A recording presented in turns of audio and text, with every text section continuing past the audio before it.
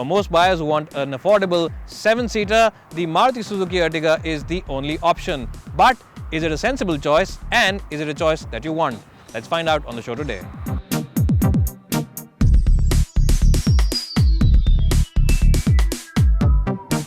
Well, so the first thing you will notice as soon as you step inside the cabin of the Maruti Suzuki Ertiga is the fact that the dashboard is exactly the same one as the Swift Dzires, and that's not a bad thing because you get a lot of places to keep your odds and ends. You get this huge tray where you can keep your sunglasses or your wallet as well as your cell phone. You can also keep them in this little tray over here, and there's also a little bit of place where you can keep that small beverage in front of the tear knob. So overall, a good place in terms of practicality as well as utility places.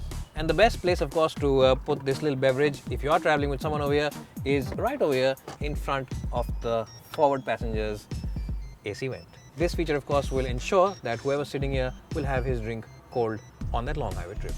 Well, apart from the practicality, the other good point inside the Ertiga's cabin is the fact that these seats are huge in terms of comfort, and overall support is excellent all across. You get excellent support for your lower back, and support for the under thighs is very good as well, which means that for long distance journeys, these are very good seats to be sitting in. Well, overall, the cabin quality is pretty good. The top of the dashboard as well as the top of the door pad over here is made of soft materials, and this beige color really does brighten up the interior and makes it feel even larger and roomier than it already is. Well, so here I'm in the second row of the Ertiga seats, and I have set the front seat for my height, which is about 5'10" for reference. And as you can see, headroom is massive, kneeroom is more than adequate as well. But the best part is that you get these huge windows, which means that visibility outside is very good and the cabin feels really nice and airy. And the other good point is, of course, that you get a nice and flattish floor panel, which means that whoever's sitting here has plenty of place to stretch his feet. And it's a decent kind in terms of width, which means that you can generally house 3 occupants over here. And even though it's not as wide as the Toyota Innova, it does feel pretty comfortable for 3 occupants over those long journeys. To aid the comfort further, Maruti has given you these nice AC vents over here, and the throw of air is very good from these AC vents, so it will cool even the passengers at the back. If you have people who use a lot of gadgets and gizmos and are constantly complaining about running on low batteries, then Maruti has given you a 12-volt socket over here at the back to charge those things when you are, of course, on the go. Well, but that's not all. You can also move these seats forward or slide them all the way back depending on who's sitting in the back. And even when I have moved them halfway forward, there is plenty of room for me, and there's plenty of room below the seats where I can keep my feet. So if you have people in the back, it should not be a big issue. The legroom in the second row of seats is not a compromise in the least. And what's more, you can also recline these seats back if there's nobody sitting in the back. So these seats are pretty adjustable, which means that there is no issue of legroom or space in the second row of seats. They are very flexible in their nature. Well, so by now you know that I am 5'10", and as you can see, headroom is pretty okay for someone who is my height over here. Knee room is surprisingly just about adequate considering the fact that I have moved the seat as well as this backrest to its halfway position. I still have decent knee room, but I won't really be enjoying myself in the last row of seats. But for someone who's about 5'5" or 5'6" in height, these seats should be decent for those long journeys. So overall, even the last row of seats offers you decent space considering the compact dimensions of the Ertiga. Well, so here I am driving the Maruti Suzuki Ertiga, and this car, remember, comes with 2 engine options. There's a diesel and a petrol, like most of its rivals. And the diesel is the tried and tested 1.3 TDIS, and it comes with the SHVS technology, or what Maruti calls the Smart Hybrid Vehicle System. Well, it's essentially an automatic start and stop system. So if you do stand at a signal for a while, the car will recognize that you have stopped, and it will switch off the engine automatically if you, of course, disengage the clutch, and the car is, of course, in neutral. And once, of course, you depress it again to get going, it'll start it up automatically. Well, and what the system essentially does is that it enhances the fuel efficiency of the car, which means that your carbon footprint is slightly lower than it would have been in another car. This car is recognized as a mild hybrid, which means that you can, of course, take it out on even or odd days if you are driving it in the Delhi NCR region.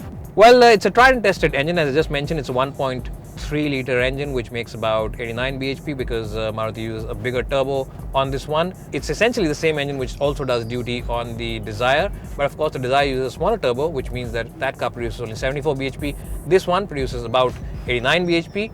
And performance wise, well, for such a big car, performance is quite decent and quite okay. It's not going to really set the road on fire with its acceleration, but that's okay because these cars aren't meant to accelerate hard. But it has a lot of torque lower end in its rev band, which means that if you of course have to negotiate a steep climb, or if you are someone who does enjoy those climbs up the hill, then this car will never be found wanting. Well, the good point about this engine has always been its refinement, and it's no different in the Maruti Ertiga.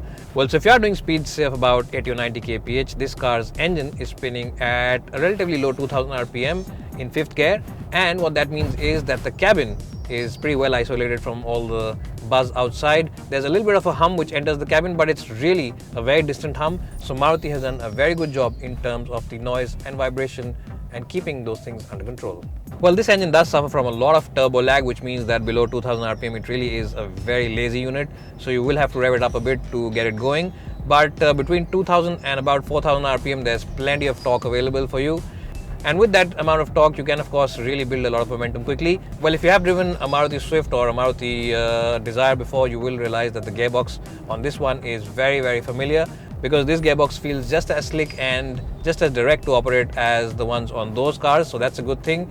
Now the steering wheel also offers decent communication. Nobody buys MPVs for their handling prowess, but that said, this one does have decent communication from the steering wheel. The feedback is pretty good, and even though it is light around town, when you take it out on the highway it does not feel nervous, so that's a good thing. The good point about the Ertiga is that it has long wheelbase is that it gives you decent stability on the highway. This car does not float around when speeds go beyond 80 or 90 kph, so that's also positive. The ride comfort on the Ertiga though really is to be spoken about, because this car really does soak in the bumps very well in the city. It really does manage to soak in all those badly patched up roads, and even on the highway it does do its job without any fuss. So overall, Maruti engineers have done a very good job with the suspension on the Ertiga. Well, if you are someone who drives a lot in the city, then you will really appreciate this huge and wide glass area all across. You get a very good view of the road ahead, and the view behind you is also pretty good because you get pretty good visibility at the back as well, if of course there's no one sitting with their heads bobbing around.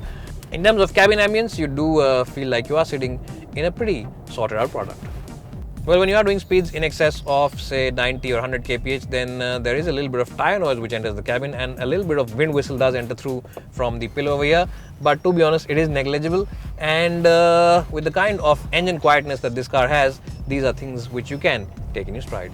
The Ertiga is also available with an automatic gearbox. It's an AMT unit, but that only comes with the petrol motor. We haven't driven that car at the moment, but of course we will do a review very soon. Well, so the Toyota Innova might be the king of the MPV space when it comes to overall comfort as well as space, as well as having a posh image, but there is one department where the Maruti Suzuki Ertiga has a very big advantage over the Toyota Innova, and that is if you are someone who drives himself. Yes, this car is a lot easier to drive in the city. And why is that? Well, because the steering wheel is much lighter, the gearbox and clutch are much more smoother and much more easy to operate than the heavy clutch and gearbox on the Innova, and you also get very good visibility not only of the road ahead but also what's happening behind you. And the relatively compact dimensions of this car mean that it's much easier to park in those tight parking spaces, so this car definitely has that one advantage over the Toyota Innova. And of course the Ertiga also does not cost you as much as the Innova does, so that's one area that a lot of people who are on tight budgets will consider this one over the Innova.